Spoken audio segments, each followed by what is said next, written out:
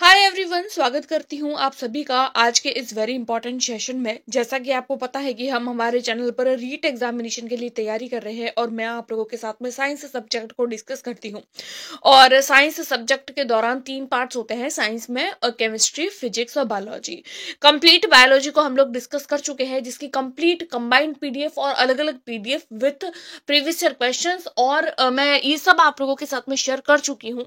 अगर आप लोगों ने वो क्लासेस नहीं देखी है तो आप लोग उसको देखिए। आज हम जो है वो आज से ही रसायन विज्ञान यानी कि केमिस्ट्री स्टार्ट कर रहे हैं। बायोलॉजी को हम लोग कंप्लीट कर चुके हैं और बायोलॉजी के कंबाइंड पीडीएफ के लिए आप मेरे टेलीग्राम ग्रुप को ज्वाइन कर सकते हैं। तो रीड साइंस के लिए प्रिपेयर कर रहे हैं और आपको पता है कि मैं मेरे नोट्स हमेशा जो है वो एनसीईआरटी की बुक्स को देखकर ही बनाती हूँ, लेकिन आरबीएसई की बुक्स को भी मैं साथ साथ इंक्लूड कर रही हूँ। आज का हमारा जो टॉपिक है वो परमाणु और अणु होने वाला है, यानी एटम्स और मॉलिक्यूल्स होने वाला है, और जिसका जो सोर्स है वो एनसीईआरटी की क्लास 9th की बुक है। देख लेते हैं। और इसकी पीडीएफ के लिए आप मेरे टेलीग्राम ग्रुप को ज्वाइन कर सकते हैं, जिसका लिंक आप लोगों को इसी वीडियो के डिस्क्रिप्शन बॉक्स में मिल जाएगा। तो चलिए बिना किसी देरी के वीडियो को स्टार्ट करते हैं। और चैनल पर पहली बार आए तो प्लीज वीडियो को लाइक करके चैनल को सब्सक्राइब कर लीजिए। देखिए, सबसे पहला क्या बोला है, परमाणु, जिसको हम लोग एटम के नाम से भी जानते हैं। परमाणु जो होता है वो किसी भी तत्व का छोटे से छोटा कण होता है जो किसी रासायनिक अभिक्रिया में भाग ले सकता है परंतु स्वतंत्र अवस्था में नहीं रह सकता। ये जो लाइन है ना कि जो छोटे से छोटा भाग जो रासायनिक अभिक्रिया में भाग तो ले सकता है लेकिन स्वतंत्र अवस्था में नहीं रह सकता, ये चीज आप लोगों से एग्जाम में पूछी जा सकती है। इस तरीके से होता है ना कि 4 आप लोगों को ऑप्शन दिए हुए होते हैं, उसमें से आप लोगों को बोलते हैं कि निम्नलिखित में से कौन सा परमाणु के संबंध में सही कथन है, तो उसके फॉर्म में आप लोगों को ये डेफिनेशन पूछी जा सकती है। परमाणु के खोजकर्ता जो है वो तो कणाद को बोला जाता है, लेकिन इसको जो वैज्ञानिक आधार है वो जॉन डाल्टन बोला जाता है। अब एग्जाम में हम लोगों से अगर क्वेश्चन पूछ लिया जाए कि परमाणु के जो ऑथेंटिक खोज करता है वो जॉन डाल्टन आएगा, कणाद नहीं। लेकिन अगर आप लोगों के पास में केवल ऐसा पूछे कि परमाणु के खोजकर्ता, तो और अगर आप लोगों के पास में ऑप्शन में डाल्टन नहीं हो के ओनली कणाद हो, तो आप लोगों को कणाद लगाना है। शुरुआत खोज करने की कणाद ने करी थी, लेकिन इसको जो वैज्ञानिक तरीके से प्रस्तुत करने का काम जॉन डाल्टन द्वारा किया गया, इसीलिए फादर ऑफ जो एटम है यानी खोजकर्ता जो है वो जॉन डाल्टन को कहा जाता है। परमाणु जो होता है वो इसके इंग्लिश में एटम बोलते हैं। जिसकी उत्पत्ति कहाँ से हुई है, तो उसकी उत्पत्ति ग्रीक भाषा के शब्द एटोमियो से हुई है, जिसका अर्थ होता है न काटे जाने वाले कण। यानी कि ऐसा कण, एटोमियो का मतलब होता है ऐसा कण जिसको हम काट नहीं कर सकते हैं, जो अविभाज्य कण होता है।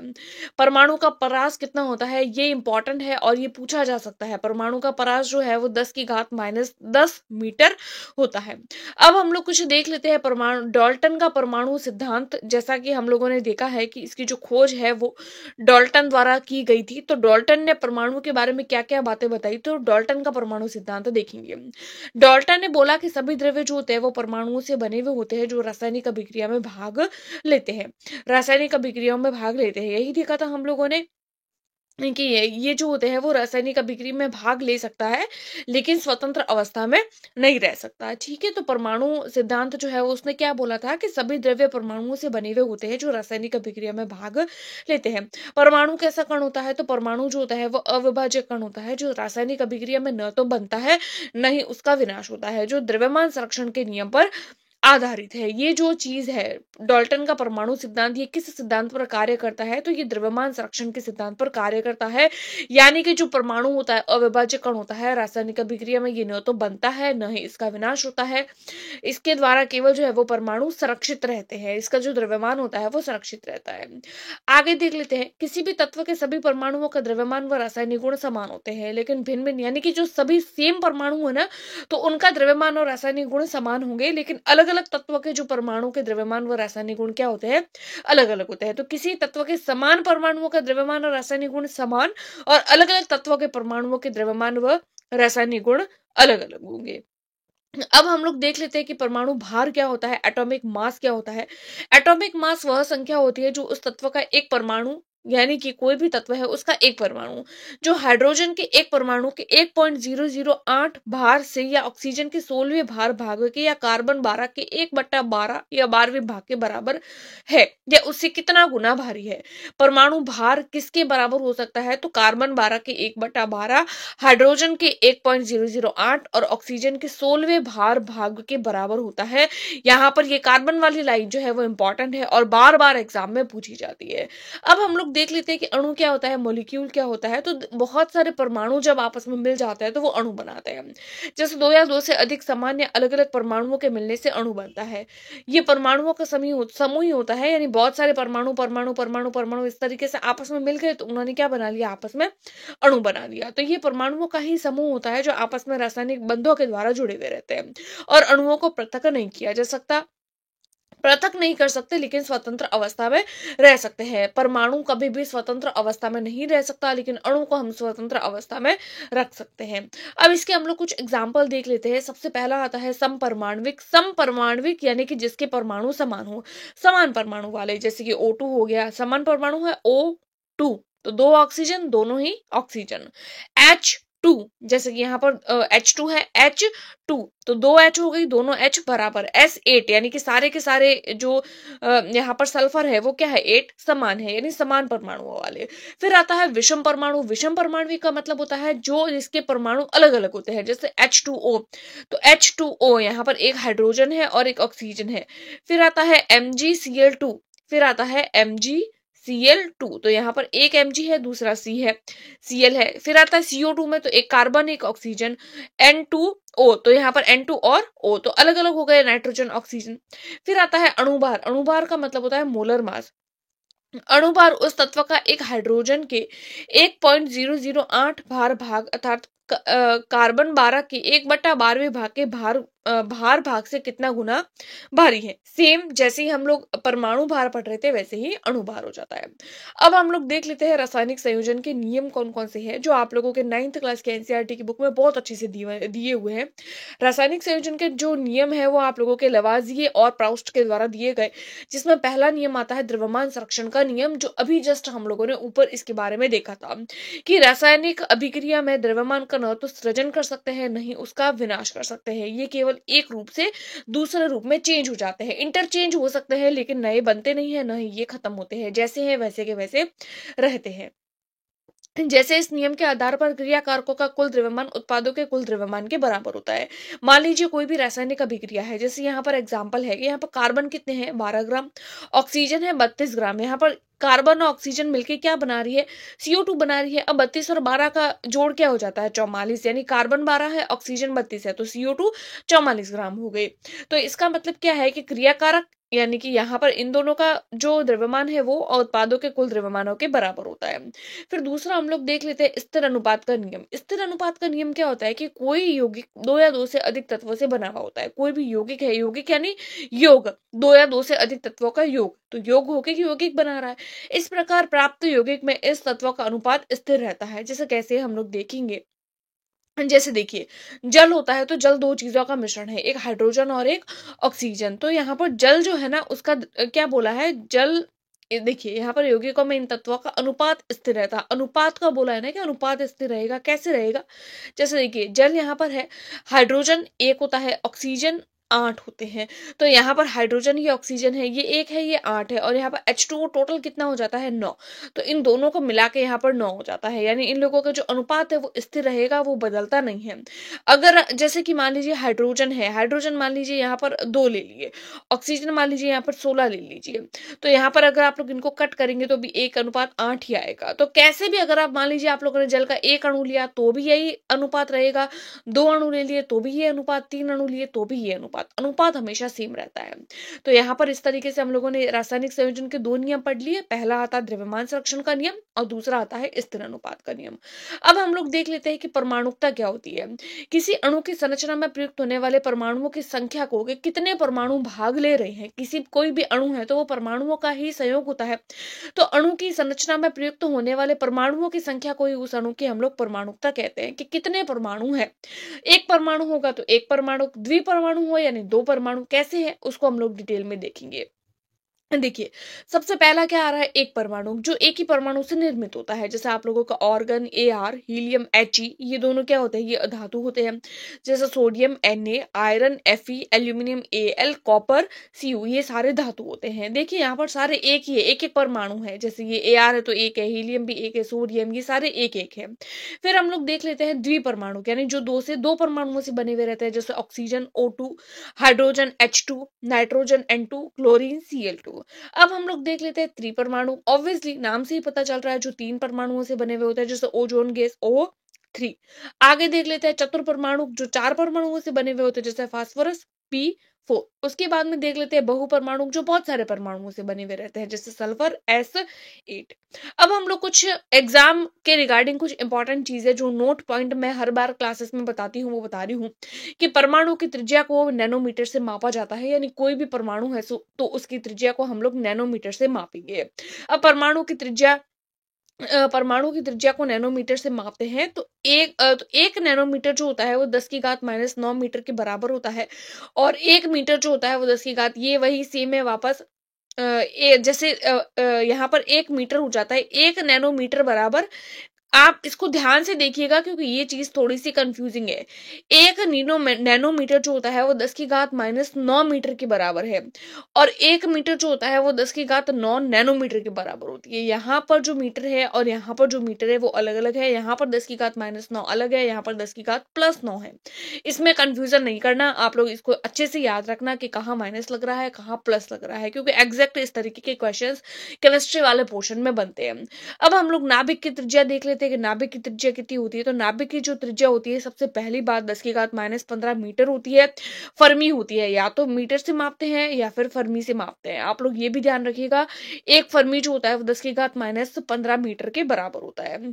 उसके बाद में एक फुल फॉर्म देख लेते हैं हम IUPAC की, जो कई बार एग्जाम में पूछी जाती है, जहां पर international union of pure and applied chemistry इसकी फुल फॉर्म हो जाती है। अब हम लोग देख लेते हैं परमाणु के मूलभूत कण, यानी कि परमाणु के अंदर प्रोटॉन, इलेक्ट्रॉन, और जो इलेक्ट्रॉन होते हैं, प्रोटॉन होते हैं, न्यूट्रॉन होते हैं, ये सारे कण पाए जाते हैं। तो कौन कौन से कण हैं? परमाणु में कुछ छोटे कण उपस्थित रहते हैं, जिन्हें अपरमाणविक कण या फिर मूलभूत कण कहते हैं। ये 3 मूलभूत कण है, पहला प्रोटॉन, न्यूट्रॉन और तीसरा हो जाता है इलेक्ट्रॉन। मूलभूत कण में सबसे पहला हम लोग देखेंगे इलेक्ट्रॉन, जिसको हम लोग E- से प्रदर्शित करते हैं। यहाँ माइनस है, इसीलिए इसके ऊपर आवेश भी -1 होता है। इसके द्रव्यमान, इसके खोजकर्ता, इसके आवेश और इसके प्रतीक, यानी कंप्लीट ये जो टेबल है ये वेरी वेरी इंपॉर्टेंट है। आप लोग इसके ऊपर स्टार भी लगा सकते हैं, और यहाँ के साइड से क्वेश्चन बनता है। अब हम लोग देख लेते हैं इलेक्ट्रॉन। इलेक्ट्रॉन जो होता है उसके ऊपर आवेश -1 होता है, जिसका द्रव्यमान हम लोग जो है वो ग्राम में भी देखेंगे। यहाँ पर आप लोगों के ग्राम आएगा, ग्राम में भी देखेंगे और किलोग्राम में भी देखेंगे। 9.1095 गुणा 10⁻28 ग्राम, और किलोग्राम में देखें तो 9.11 गुणा 10⁻31 किलोग्राम। और इलेक्ट्रॉन की खोज करी थी जे थॉमसन ने। उसके बाद में देख लेते हैं प्रोटॉन। प्रोटॉन मूलभूत कण है, जिसका प्रतीक जो होता है वो P होता है, और इस पर आवेश P+, जिसका द्रव्यमान ग्राम में कितना होता है, तो 1.6726 मल्टीप्लाई 10⁻⁻24 ग्राम। और इसका जो किलोग्राम में देखें तो 1.672 मल्टीप्लाई 10⁻⁻27 किलोग्राम। ग्राम में भी पूछे जाते हैं, किलोग्राम में भी पूछे जाते हैं। जहां पर कंफ्यूजन कहाँ होती है, यहाँ होती है -24 और -27 में। और प्रोटॉन की खोज गोल्डस्टीन ने करी थी। अब हम लोग देख लेते हैं न्यूट्रॉन। न्यूट्रॉन जो है वो उसको N से प्रदर्शित करते हैं, और इसके ऊपर जो आवेश होता है न्यूट्रॉन, जैसे न्यूट्रल, न्यूट्रल यानी उदासीन, 0, तो इसका जो आवेश होता है वो 0 होता है, और इसका द्रव्यमान 1.6749 मल्टीप्लाई 10⁻⁻24 ग्राम। और किलोग्राम में देखें तो 1.674 मल्टीप्लाई 10⁻⁻27 किलोग्राम, जिसकी खोज जेम्स चैडविक ने करी थी। अगेन से मैं बता रही हूँ, यहाँ पर ये जो द्रव्यमान वाली चीज है ये इंपॉर्टेंट है, और आप लोगों से एग्जाम में पूछी जा सकती है। अब हम लोग देख लेते हैं कि किसी भी तत्व का प्रदर्शन किस तरीके से करते हैं।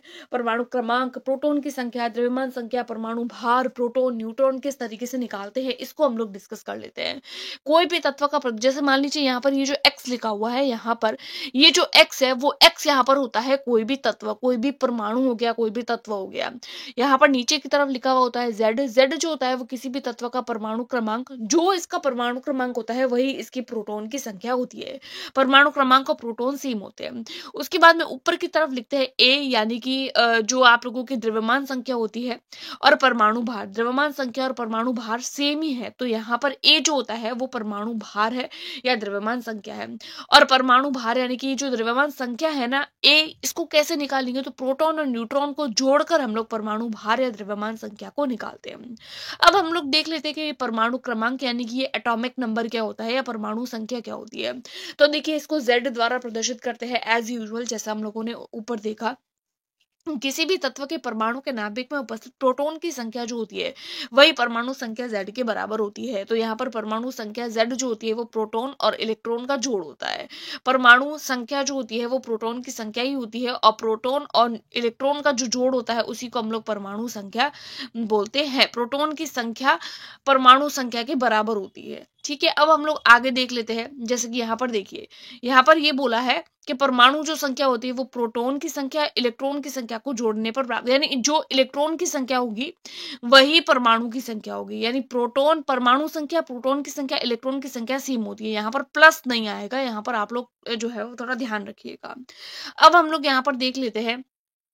जैसे कि देखिए, हम लोग यहाँ पर देख लेते हैं, जैसे ये U है यूरेनियम, यहाँ पर नीचे की तरफ क्या आएगा, तो हम लोगों ने देखा नीचे जो Z होता है वो नीचे आता है, तो वो हो जाता है आप लोगों के परमाणु क्रमांक। और ऊपर की तरफ तो ये यहाँ पर परमाणु क्रमांक Z हो गया परमाणु, और द्रव्यमान संख्या जो A होती है वो ऊपर की तरफ आती है, तो 235 हो जाता है आप लोगों की द्रव्यमान संख्या।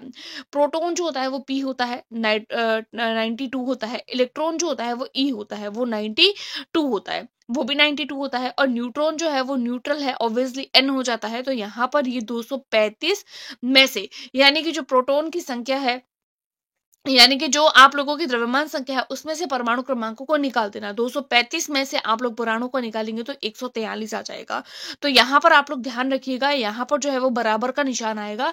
परमाणु संख्या बराबर में प्रोटॉन और बराबर में इलेक्ट्रॉन, यानी कि परमाणु संख्या प्रोटॉन और इलेक्ट्रॉन, यहाँ पर आप लोगों के बराबर का निशान आएगा, प्लस का निशान नहीं आएगा।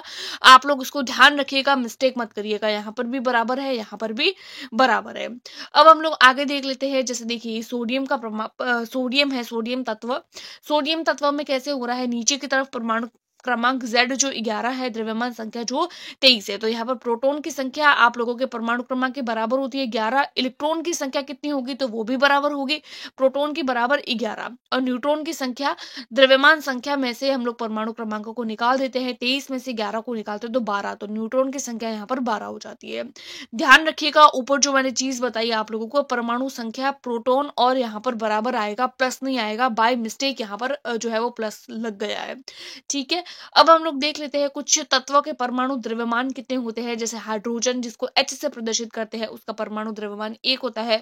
कार्बन जिसको C से प्रदर्शित करते हैं उसका परमाणु द्रव्यमान 12 होता है। नाइट्रोजन जिसका परमाणु क्रमांक N, जिसका परमाणु द्रव्यमान जो होता है वो 14 होता है, जिसको N से प्रदर्शित करते हैं। ऑक्सीजन जिसको O से प्रदर्शित करते हैं, परमाणु द्रव्यमान 16। सोडियम जिसको Na से प्रदर्शित करते हैं, परमाणु द्रव्यमान इसका 23 होता है। ये एनसीईआरटी की बुक में एज इट इज गिवन है। आगे हम लोग देख लेते हैं मैग्नीशियम जिसको Mg से प्रदर्शित करते हैं, जिसका परमाणु द्रव्यमान 24 होता है। सल्फर को S से प्रदर्शित करते हैं, इसका 32। क्लोरीन को Cl से प्रदर्शित करते हैं 35.5, और कैल्शियम को Ca से प्रदर्शित करते हैं और इसका परमाणु द्रव्यमान 40 होता है। अब हम लोग यहाँ पर देख लेते हैं समस्थानिक यानी आइसोटॉप्स क्या होते हैं।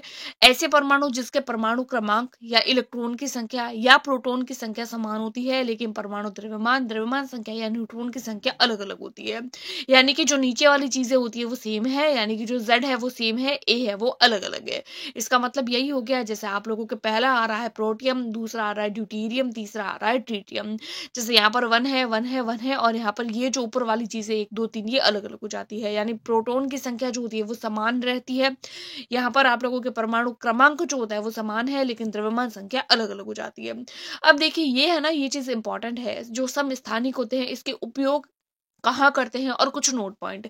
सबसे अधिक समस्थानिकों वाला तत्व पोलोनियम है, सबसे पहली ये बात इंपॉर्टेंट। और प्रोटियम सबसे ज्यादा पाया जाता है, इसमें कोई न्यूट्रॉन नहीं होता है, यानी प्रोटियम जो होता है वो सबसे ज्यादा है दुनिया के अंदर, और इसके अंदर कोई न्यूट्रॉन भी नहीं होता है। जैसे यहाँ पर देखिए, यहाँ पर हम लोगों ने परमाणु क्रमांक निकाल दिया, इलेक्ट्रॉन आ गए, प्रोटॉन हो गए और न्यूट्रॉन, क्योंकि ऊपर वाले में से नीचे वाले को निकालते हैं। द्रव्यमान संख्या में से परमाणु क्रमांक को निकालने पर प्रोटॉन जो होता है वो न्यूट्रॉन निकलता है, तो एक में से एक चला जाता है तो 0। तो इसके अंदर कोई भी प्रकार का प्रोटियम में किसी भी प्रकार का न्यूट्रॉन नहीं होता है। अब हम लोग देख लेते हैं समस्थानिकों के उपयोग, जिसमें से क्वेश्चन बनते हैं और ये इंपॉर्टेंट है।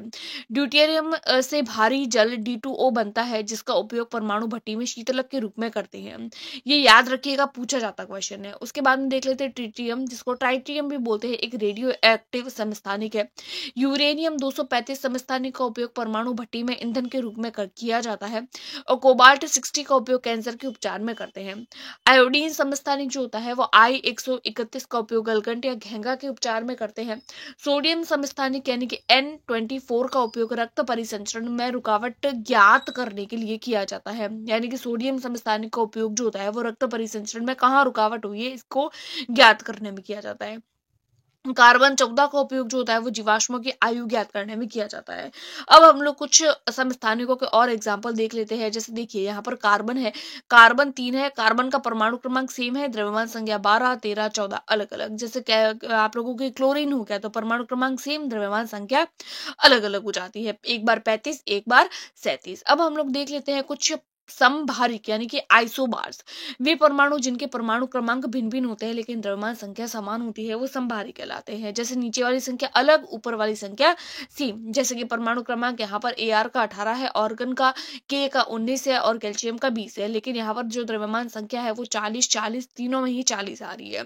अब हम लोग देख लेते हैं, जैसे कार्बन हो गया तो परमाणु क्रमांक 6 और नाइट्रोजन का परमाणु क्रमांक 7 है, लेकिन इसका द्रव्यमान संख्या जो होती है वो 14, 14 हो जाती है।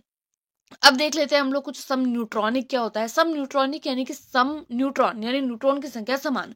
तो वे परमाणु जिसमें न्यूट्रॉन की संख्या समान रहती है सम न्यूट्रॉनिक कहलाता है। जैसे हाइड्रोजन, तो हाइड्रोजन जैसे ये हाइड्रोजन है, हीलियम है, यहाँ पर इन दोनों का आप लोग देख सकते हैं, यहाँ पर 3 में से 1 को निकालेंगे। ऐसे ही होता है ना, द्रव्यमान संख्या में से परमाणु क्रमांक को निकाल देते हैं। तो 3 में से 2 को निकालेंगे तो 1 आएगा, यहाँ पर भी 4 में से 2 को निकालेंगे तो 2 आएगा।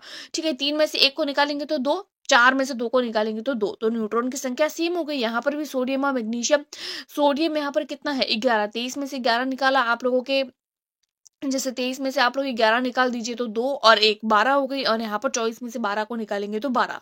तो यहाँ पर न्यूट्रॉन की संख्या सेम हो जाती है, इसीलिए सम न्यूट्रॉनिक जिसमें न्यूट्रॉन की संख्या सेम होती है। अब हम लोग देख लेते हैं परमाणु मॉडल कुछ जिसमें से क्वेश्चंस बनते हैं और ये इंपॉर्टेंट है। थॉमसन मॉडल यानी प्लम पुडिंग मॉडल, ये मॉडल किसने दिया था तो ये जे थॉमसन द्वारा दिया गया था। इस तरीके से प्लम पुडिंग मॉडल था जिसमें इन्होंने क्या बताया था, पहले हम लोग डिटेल देख लेते हैं तो आप लोगों को ड्राइंग अच्छे से समझ में आ जाएगी। इस मॉडल के आधार पर परमाणु एक आवेशित अर्थात धन आवेशित गोला होता है, यानी कंप्लीट जो परमाणु होता है ना वो पॉजिटिव होता है, पॉजिटिव फॉर्म में होता है। खुद ये पूरा गोला खुद पॉजिटिव फॉर्म में होता है। इसमें इलेक्ट्रॉन होते हैं वो क्रिसमस केक में लगे सूखे मेवा की तरह होते हैं, यानी इसके अंदर जो इलेक्ट्रॉन, अभी हम लोगों ने देखा ना कि इलेक्ट्रॉन के ऊपर माइनस चार्ज होता है, तो इलेक्ट्रॉन ये जो माइनस माइनस वाला पोर्शन है ना वो सारा इलेक्ट्रॉन है। जिसमें इलेक्ट्रॉन क्रिसमस केक में लगे हुए सूखे मेवों की तरह होते थे। इसकी संरचना को तरबूज की संरचना भी से भी हम लोग कंपेयर कर सकते हैं। जैसे कैसे हो गया कि परमाणु खुद जो होता है वो धनावेशित होता है जो तरबूज के लाल रंग की तरह, जबकि इलेक्ट्रॉन जो होता है वो धनावेशित गोले में है, यानी कि जो तरबूज है वो कंप्लीट कैसा है वो पॉजिटिव है और जो इलेक्ट्रॉन है वो कैसा है वो नेगेटिव है, तो तरबूज के बीच की तरह होते हैं।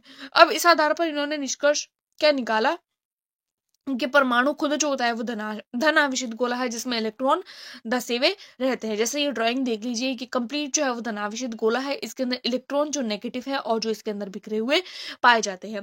दूसरा निष्कर्ष क्या है कि धनात्मक और ऋणात्मक आवेश परिणाम में समान हो जाते हैं, इसीलिए परमाणु वैद्युत रूप से उदासीन होता है। भाई कोई भी चीज है वो न्यूट्रल हो जाती है तो वो उदासीन हो जाएगी, तो यहाँ पर वो परमाणु खुद जो है वो पॉजिटिव है, धनात्मक है, और इलेक्ट्रॉन जो है वो ऋणात्मक है, तो ये खुद उदासीन हो गया, धनात्मक और ऋणात्मक मिलके। अब हम लोग देख लेते हैं रदरफोर्ड का परमाणु मॉडल कि रदरफोर्ड ने क्या बोला था कि रदरफोर्ड ने सोने की पन्नी यानी कि एयू की पतली पन्नी जिसकी मोटाई लगभग 100 नैनोमीटर के बराबर थी उसके ऊपर अल्फा कणों की बौछार करवाई। अल्फा अल्फा कण जिसको अल्फा कण भी बोलते हैं, ये क्या होते हैं, ये हीलियम के नाभिक होते हैं जो सोने के पतली पन्नी पर जिंक सल्फाइड की परत लगी हुई रहती है। इन्होंने क्या किया, एक इस तरीके से सोने की पतली पन्नी ले ली और सोने की पतली पन्नी के ऊपर अल्फा कणों की बौछार करवाई। ठीक है, बौछार करवाने के बाद में और अल्फा कणों की बौछार करवाई। अल्फा कण जो होते हैं वो धनावेशित कण होते हैं। ठीक है, यहाँ पर इन्होंने अल्फा कणों की बौछार करवाई और ये जो सोने की पतली पन्नी थी इसके ऊपर जिंक सल्फाइड यानी ZnS की परत लगी हुई रहती है। अब इस आधार पर इन्होंने निष्कर्ष क्या निकाला कि भाई इन्होंने अल्फा कणों की बौछार तो करवा दी, लेकिन इससे निष्कर्ष क्या निकलता है, क्या जो अधिकांश अल्फा कण होते हैं वो सोने की पतली पन्नी से विक्षेपित नहीं होते हैं बल्कि सीधे निकल जाते हैं। परमाणु का अधिकांश भाग रिक्त है, यानी कि इन्होंने क्या देखा कि कुछ कुछ जैसे यहाँ से हम लोगों ने इसको जो है वो बौछार करवाई तो क्या हो जाए, विक्षेपित नहीं हो रहे, यानी सीधे सीधे सीधे इस तरीके से निकल रहे हैं। कुछ कुछ ऐसे होते हैं, जैसे हम लोग नीचे देखेंगे कि कुछ अल्फा कण सोने की पतली से टकराने पर कम कोण पर विक्षेपित हो जाते हैं। जैसे यहाँ पर कुछ जो है वो सीधे सीधे जा रहे हैं और कुछ कुछ जो है विक्षेपित हो रहे हैं, यानी यहाँ वहां ऊपर नीचे जा रहे हैं। और अर्थात परमाणु का संपूर्ण धनावेश इसके केंद्र में स्थित होता है। जैसा मैंने यहाँ पर बनाया भी है, यहाँ पर इसका कंप्लीट यानी इस पूरे परमाणु का जो धन आवेश है वो इसके मध्य में रहता है, बीच में ही होता है। ठीक है, तो परमाणु कुछ अल्फा कण सोने की पतली पन्नी से टकराने पर कम कोण पर विक्षेपित हुए, अर्थात परमाणु का संपूर्ण धनावेश उसके केंद्र में स्थित रहता है। कंप्लीट जो धनावेश होता है वो उसके केंद्र में रहता है। 20,000 में से केवल एक अल्फा कण होता है जो 180 डिग्री के कोण पर पुनः पीछे की ओर विक्षेपित हो जाते हैं। अब इसके परिणाम क्या निकलते हैं? परिणाम हम लोग देखेंगे कि परमाणु का जो धनावेशित द्रव्यमान होता है वो इसके केंद्र में होता है, जिसको क्या नाम दिया गया? नाभिक। यानी कि नाभिक की खोज किसने की? तो नाभिक की खोज करने का श्रेय जाता है रदरफोर्ड को। अब हम लोग देख लेते हैं इसके और क्या परिणाम निकलते हैं कि नाभिक के चारों ओर वृत्ताकार कक्षाओं में इलेक्ट्रॉन चक्कर लगाते हैं, जिन्हें ऑर्बिट या कक्षा कहते हैं, और इलेक्ट्रॉन व नाभिक आपस में स्थिर विद्युत आकर्षण बल से बंधे हुए रहते हैं। देखिए, कोई भी मॉडल होता है तो उसकी अपने एक परिणाम होते हैं, हर किसी की अपनी एक खासियत होती है, लेकिन इस फिर भी उसके अपनी कुछ कमियां होती है। इसकी क्या कमी थी कि धनावेशित नाभिक के चारों ओर घूमता इलेक्ट्रॉन ऊर्जा उत्सर्जित करेगा। यानी कि जो धनावेशित नाभिक होता है वो क्या करता है? नाभिक के चारों ओर घूमता इलेक्ट्रॉन, यानी नाभिक के चारों ओर घूमता वो जो इलेक्ट्रॉन चारों ओर उसके जो चक्कर लगा रहा है, वो जब चक्कर लगाएगा तो वो इलेक्ट्रॉन ऊर्जा उत्सर्जित करेगा, जिसमें ऊर्जा में भाई ऊर्जा उत्सर्जित करेगा, निकालेगा तो एनर्जी में कमी हो जाएगी। कमी होने पर इलेक्ट्रॉन घूमता घूमता नाभिक के अंदर गिर जाना चाहिए, लेकिन परमाणु स्थिर स्थायी नहीं रहेगा। यानी कि इन्होंने जो है वो इस बात को कंफर्मली नहीं बताया कि किस तरीके से चक्कर लगा रहे हैं, क्योंकि इस हिसाब से ऊर्जा में कमी होनी चाहिए तो नाभिक के अंदर गिर जाना चाहिए, लेकिन ऐसे में वो स्थायी नहीं रहेगा, तो इन्होंने स्थायित्व की व्याख्या नहीं कर सके। यानी रदरफोर्ड का जो परमाणु मॉडल है वो परमाणु के स्थायित्व की व्याख्या नहीं कर सकता। रदरफोर्ड परमाणु के इलेक्ट्रॉन के लिए एक निश्चित पथ भी नहीं बताता है। यानी कि जैसे ये नाभिक हो गया तो इन्होंने कंफर्म ये नहीं बताया है कि किस पथ पर चक्कर लगा रहे हैं। इस तरीके से इसकी कुछ कमियां हैं। देखिए, कोई भी कमी होती है तो उसको पूर्ति करने वाला कोई ना कोई जरूर होता है, तो यहाँ पर इनके द्वारा इनकी कमी को पूरा करने के लिए बोर का हाइड्रोजन परमाणु मॉडल दिया गया। अब हम लोग बोर का हाइड्रोजन परमाणु मॉडल देखेंगे कि इन्होंने परमाणु की संरचना के बारे में कुछ अवधारणाएं दी, उसको देख लेते हैं कि इलेक्ट्रॉन जो होता है वो परमाणु में निश्चित कक्षाओं में गति करता है। जैसा कि रदरफोर्ड ने कक्षाओं के बारे में नहीं बताया था, लेकिन इन्होंने कक्षाओं के बारे में बताया, जिन्हें कक्षा बोलते हैं, कोश बोलते हैं, ऑर्बिट बोलते हैं, या ऊर्जा स्तर भी बोलते हैं। जैसे इन्हें 1 2 3 4 या फिर KLMNO से दर्शाते हैं। जैसे यहाँ बीच वाला नाभिक हो गया, पहली कक्षा K, दूसरी कक्षा L, तीसरी कक्षा M, चौथी N और पांचवी हो जाती है O। यहाँ पर इन कक्षाओं में इलेक्ट्रॉन का कोणीय संवेग MVR H/2π या इसका गुणज होता है। उसके बाद में हम लोग देख लेते हैं ये MVR जो होता है वो NH/2π के बराबर होता है, जहाँ H जो है वो प्लांक का नियतांक है, M यहाँ पर इलेक्ट्रॉन का द्रव्यमान है, V यहाँ पर इलेक्ट्रॉन का वेग है, और R यहाँ त्रिज्या है ऑर्बिट की। ठीक है, उसके बाद में हम लोग देख लेते हैं एक निश्चित कक्षा में चक्कर लगाने पर इलेक्ट्रॉन की ऊर्जा में कोई परिवर्तन नहीं होता है। परमाणु में इलेक्ट्रॉन उच्च कक्षा से निम्न कक्षा से उच्च कक्षा में जाने पर ऊर्जा को क्रमशः उत्सर्जन व अवशोषण करता है। यानी ऊंची कक्षा से नीचे कक्षा में जाने के लिए वो उत्सर्जन करेगा और निम्न से उच्च पर जाने पर वो अवशोषण करेगा। अब इस मॉडल की भी अपनी कुछ कमियां थी, वो देख लेते हैं कि यह जो मॉडल है केवल एक इलेक्ट्रॉन वाले तत्व के लिए ही लागू होता है। बहुत सारे इलेक्ट्रॉन अगर किसी तत्व में हो तो उसके लिए ये वाला जो मॉडल है वो काम नहीं करता है। अब हम लोग कुछ नोट पॉइंट देख लेते हैं जिसमें से क्वेश्चंस आते हैं कि किसी कक्षा में उपस्थित अधिकतम इलेक्ट्रॉन की संख्या जो होती है वो कितनी होती है? 2n²। और ये क्वेश्चन आई थिंक 2012 में या 2012 में आई थिंक ये वाला सवाल पूछा गया है कि अधिकतम इलेक्ट्रॉन की संख्या को किससे दर्शाता है? तो 2n², जहां पर n जो होता है वो कक्षा की संख्या होती है। अब इसको निकालते कैसे हैं? तो देखिए, सबसे पहले k कक्षा, तो उसका सूत्र क्या है? 2n², तो 2 की जगह 2, जैसे 2n² है तो 2 की जगह 2 हो जाएगा। और k कौन सी कक्षा है? पहली कक्षा, उसका स्क्वायर, तो 2 की जगह 2, 1 का स्क्वायर 1, और यहाँ पर आ गया 2। तो k कक्षा में कितने इलेक्ट्रॉन? 2। अब L कक्षा के इलेक्ट्रॉन कैसे निकालेंगे? जैसे फॉर्मूला क्या है? तो वो है 2n²। 2 की जगह 2, L की जो कक्षा की संख्या है वो कितनी है? L 2 नंबर पर है तो 2 का स्क्वायर हो गया। यहाँ पे 2 का 2, 2 का स्क्वायर 2 दूनी 4 और बराबर 4 दूनी 8, तो यहाँ पर इस तरीके से 8 आ गया। तो इसी तरीके से m और इसी तरीके से n को हम लोग ज्ञात कर सकते हैं। लेकिन अष्टक नियम के आधार पर परमाणु के बाहरी कक्ष में इलेक्ट्रॉन की अधिकतम संख्या जो होती है वो 8 ही रहती है, इसीलिए ये 32, 18 ये वाले जो इलेक्ट्रॉन्स होते हैं वो नहीं भरे जाते हैं, केवल 2 और 8 ही है, क्योंकि अष्टक नियम के आधार पर बाहरी कक्ष में केवल 8 इलेक्ट्रॉनों का होना ही जरूरी है। अब हम लोग देख लेते हैं कि कक्ष क्या होता है। तो जहां इलेक्ट्रॉन भ्रमण करते हैं उसको हम कक्ष बोलते हैं, जैसे कि एलएमएन। उपकक्ष क्या होता है, तो जहां इलेक्ट्रॉन के पाए जाने की संभावना अधिकतम होती है, जिसको एसपीडीएफ के नाम से जानते हैं। लेकिन एसपीडीएफ ये सारी चीजें आप लोगों के प्री में नहीं पूछी जाती है, 11th 12th बेसिस हो जाती है, इसलिए हम लोगों ने नहीं करी। तो काफी लंबी क्लास थी और आधे घंटे से भी ज्यादा समय की जो क्लास है वो चल गई है। तो और इस तरीके से हम लोग कंप्लीट 1 बाय 1 जो है वो सारे के सारे जो नोट्स है वो केमिस्ट्री को जल्दी कंप्लीट करने की कोशिश करेंगे। और आप लोग इस नोट्स के लिए मेरे टेलीग्राम ग्रुप को ज्वाइन कर सकते हैं, वहां पर आप लोगों को इसकी कंप्लीट पीडीएफ मिल जाएगी। आई होप आप लोगों को वीडियोस पसंद आ रही है। Do like, subscribe and share. Thanks for watching.